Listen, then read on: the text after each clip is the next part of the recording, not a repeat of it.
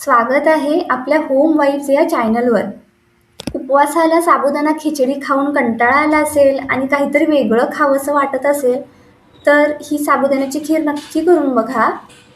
तर आज आपण बनवणार आहोत अगदी सोप्या पद्धतीने झटपट आणि खायला अतिशय स्वादिष्ट अशी साबुदाण्याची खीर। व्हिडिओ सुरू करण्यापूर्वी तुम्हाला माझ्या रेसिपीज आवडत असतील तर होम वाईब्स चॅनलला नक्की सबस्क्राइब करा आणि व्हिडिओ आवडला तर लाईक करायला विसरू नका। चला तर मग आता आपण रेसिपीला सुरुवात करूया। सर्वप्रथम मी इथे 1 कप साबुदाणा घेतला आहे। हा साबुदाणा मी 1 तास भिजवून घेतला आहे। भिजवताना साबुदाण्यातील पाणी काढायचे नाही, ते पाणी तसेच ठेवायचे आहे आणि 1 तास झाल्यानंतर त्यातील जास्तीचं पाणी काढून घेतलं आहे।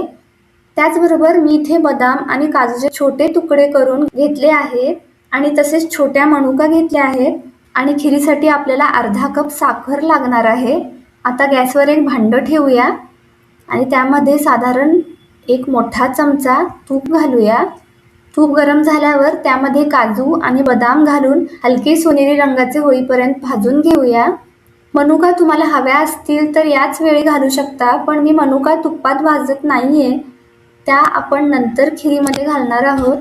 काजू आणि बदाम छान भाजून झाले आहेत। आता ते एका बाउलमध्ये काढून घेऊया। आता याच भांड्यात आणि याच तुपामध्ये भिजवलेला साबुदाणा घालूया। साबुदाणा साधारण 1 मिनिट छान परतून घ्यायचा आहे। 1 मिनिट साबुदाणा परतून झाल्यानंतर त्यामध्ये 1 कप पाणी घालायचे आहे। पाणी घातल्यानंतर साबुदाणा व्यवस्थित हलवून घेऊया आणि आता भांड्यावर झाकण ठेवून साधारण 5 मिनिटे साबुदाणा छान शिजवून घ्यायचा आहे।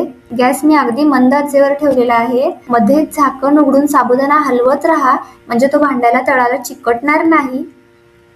आता तुम्ही पाहू शकता साबुदाणा साधारण 5 मिनिट छान शिजून तयार झाला आहे। तो अगदी असा ट्रान्सपरंट दिसत आहे। आता यामध्ये 1.5 कप दूध घालूया। दूध घातल्यानंतर सगळं मिश्रण छान मिक्स करून घेऊया। आता त्यामध्ये अर्धा कप साखर घालूया आणि पुन्हा एकदा व्यवस्थित हलक्या हाताने हलवून घेऊया। यानंतर आपण भाजून ठेवलेले काजू आणि बदाम खिरीमध्ये घालूया।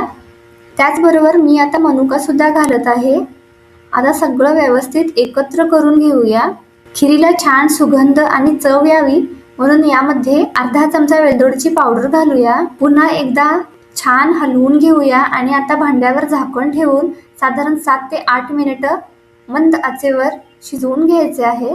मध्येच झाकण उघडून खीर हलवत राहा, म्हणजे ती तळाला लागणार नाही।